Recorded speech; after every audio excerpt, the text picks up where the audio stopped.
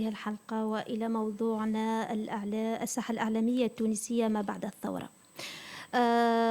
بعد أن كنا فيما مضى نأخذ المعلومات من الإعلام على أنها مسلم بها ومع كم المعلومات المتضاربة يوميا حسب الاتجاهات المسيطرة على الإعلام، صرنا نبحث عن مدى مصداقية هذه المعلومات.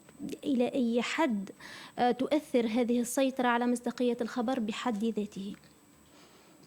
تفضل سالي. فعلا هو مسألة التعامل مع الحدث ومع الأخبار سواء في النقل أو في التحليل، يعني المسألة هنا تتجاوز حتى في نقل الأخبار. الأخبار أحيانا تنقل، عندما تنقل حينية فإنها تحافظ على قدر كبير من الحيادية والموضوعية، لكن عندما تدخل مختبرات التحليل عندها يتسرب إليها الخلفيات سواء الفكرية أو السياسية ولا الحسبة الضيقة، يعني خاصة المتعلقة بالأمور السياسية. ونرجع للمسألة، قلنا التحكم لوبيات معينة في الإعلام، في المشهد الإعلامي في تونس. نقطة أخرى بالله قبل من نتجاوزوها، اللي هي مسألة سواء الازدواجية أو حتى القطبية، يعني شئنا ما بين موجودة. تعامل الوسائل الإعلام ما زالت تحكمها منطق المركز، سيطرة المركز. يعني حدث معين في تونس العاصمة أو في سوسة أو في مستير، فإنه كل الأعلام معناها يتسارع ويتزاحم لأجل نقله، في حين يكون حدث معين في بنقردان أو في زرزيس أو في جربة أغلب معناها الإعلام سواء كان الخاصة والعمومي يتجاهله وينقله إلا الإعلام الجهوي والمحلي. هني نقولوا مسألة راهي كي تتكرر وكي تتعاود تولي مسألة خطيرة، وتولي أنت كصحفي ميداني تواجه في المشكلة هذه. لأن كي تكون أحداث كرتوش وغاز في بنقردان ولا في جهة معينة في الجنوب هني، تجي الإعلام الكل. وقت اللي تكون فما تظاهرة ثقافية أغلب الإعلام مغيب.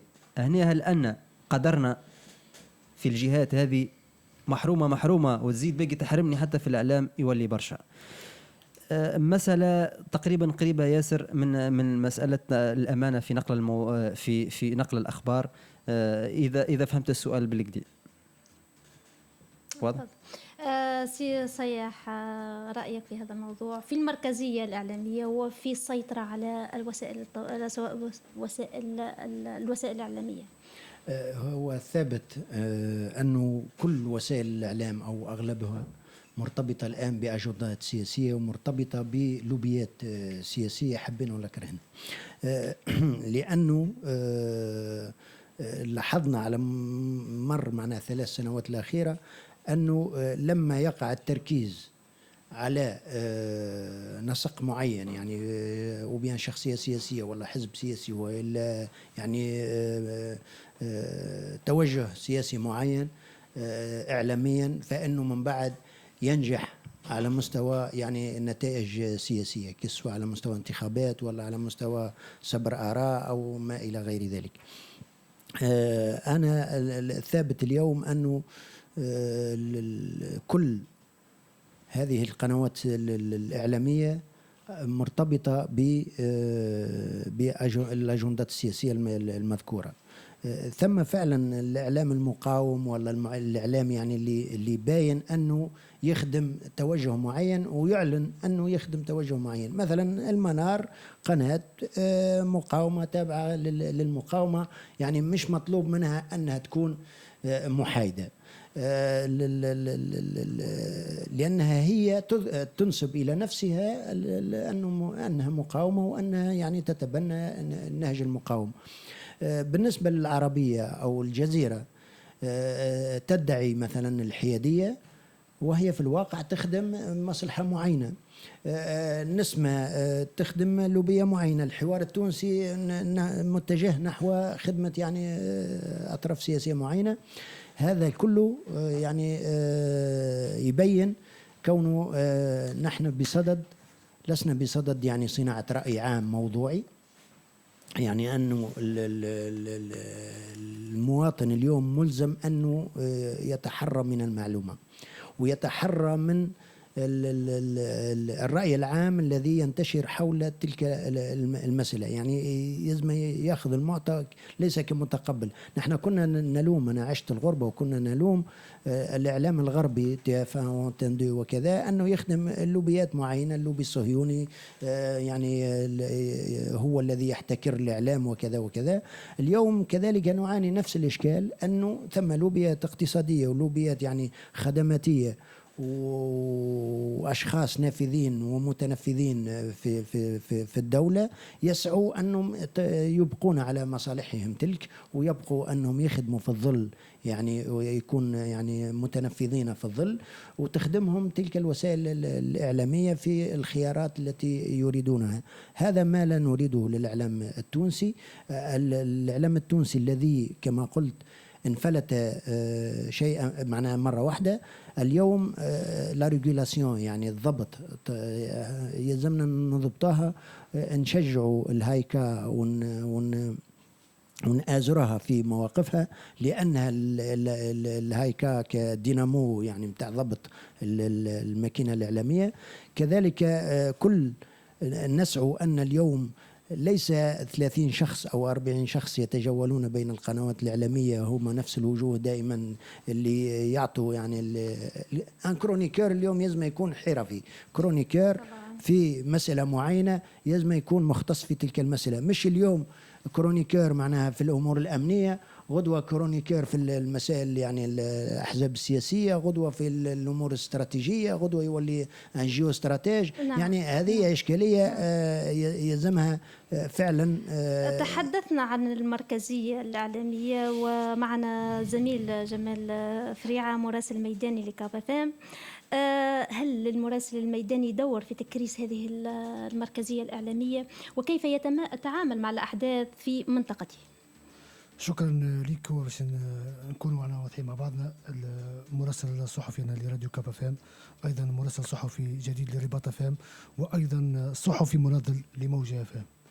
نقول هذايا لان موجة اف ام باذن الله تكون ديما معنا بالطريقه الصحيح بالعمل الميداني. طبعا العمل الميداني هو انا نحن نتكلم عن المركزية في بعض المناطق، مركزية الإعلامية، وهذه القوة في في تغطية الأحداث والأحداث الموجودة في المناطق الداخلية. هل للمراسل الميداني دور في تكريس هذه الديمقراطية؟ كيف يعمل على تغطية الأحداث في منطقته بعد إيصال الصوت؟ المراسل الصحفي هو يلزم يكرس هذه، والعمل الصحفي راهو ماهوش معناها سهل.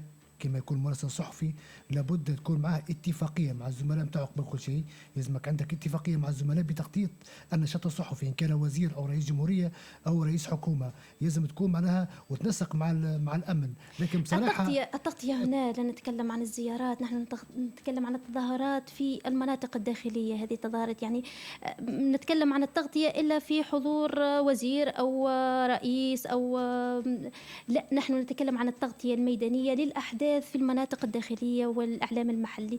هل للصحفي قدرة على إيصال الصوت الجهة في الوسائل الإعلامية التي يعمل بها؟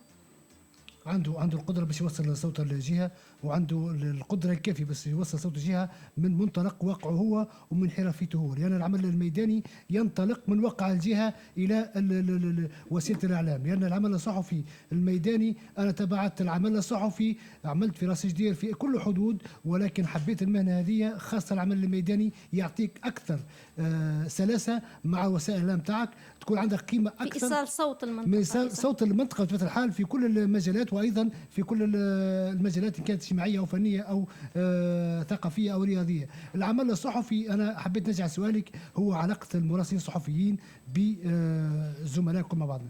بصراحة أنا أعطيك الواقع الصحيح، ثم علاقة ماهيش علاقة إيجابية إلى حد كافي، وهذا شفته مع التعامل مع الزملاء المراسلين الصحفيين. أنا مش باش نحكي معناها من منطلق واقعي قداش عندي في مجال الإعلام، هذا ما نحكيش عليه. أنا عندي 15 عام في ميدان الإعلام العمل الصحفي.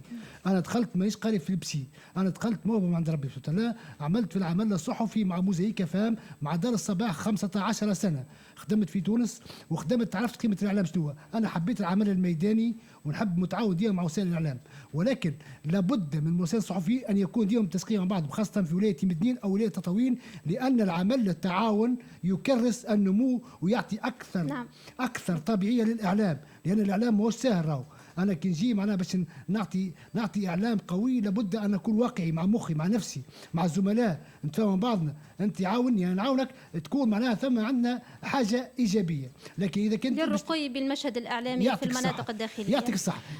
نجي للتعاون الامن مع الاعلام، بصراحه انا شفت ونتبع كل معناها الاحداث الكبيره. بصراحه نقول لك حاجه، وزير الدفاع معناها الزيارات بصراحه تم تجاوب كبير مع وسائل الاعلام بين الوحدات الامنيه، لكن ثم بعض السلبيات ولكن ما نحبوش نحكوا عليها ولا حاجه، ماهيش باش تكون معناها عائق ولا حاجه. لتجاوزها نتكلم عليها باش نتجاوزوها. ثم عوائق، ثم بصراحه يجي اخبار في ولايه مدنين، اول اخبار تعلن به وزاره الداخليه عندها هاتف رسمي، ساعات يقولوا معناها قوه سلاح في وادي الربيع، وزاره الداخليه تتكلم من غادي من تونس والاخبار مو صحيح، معناها ثم مراسلين يعطوك اخبار صحيح. نعود للمصداقيه. المصداقيه، لان حتى هذا حكينا معاه في وزير الداخليه السابق نجم الغرسلي، قلنا له سي نجم عملنا نطق رسمي في ولايه مدنين على الاقل يعطينا المعلومه الصحيحه، ما نمشيش غادي لتونس. وهذا قال باهي داكوردو اوكي فهمت. لا شوفي، العمل الصحفي يلزم ديما يكون تعاون مع المراسلين الصحفيين مع بعضهم، اذا كان في ولايه تطوين او ولايه مدنين، باش تنجح الاذاعه وباش ينجح العمل الصحفي. انا صدقني ما نحبش حتى عداوه مع اي زميل، الناس كل تحبني تعزني فهمت. لا احترموا مهنتي، احترموا العمل الصحفي، انا مانيش مبتدئ ولكن اعرف قيمه العمل الصحفي.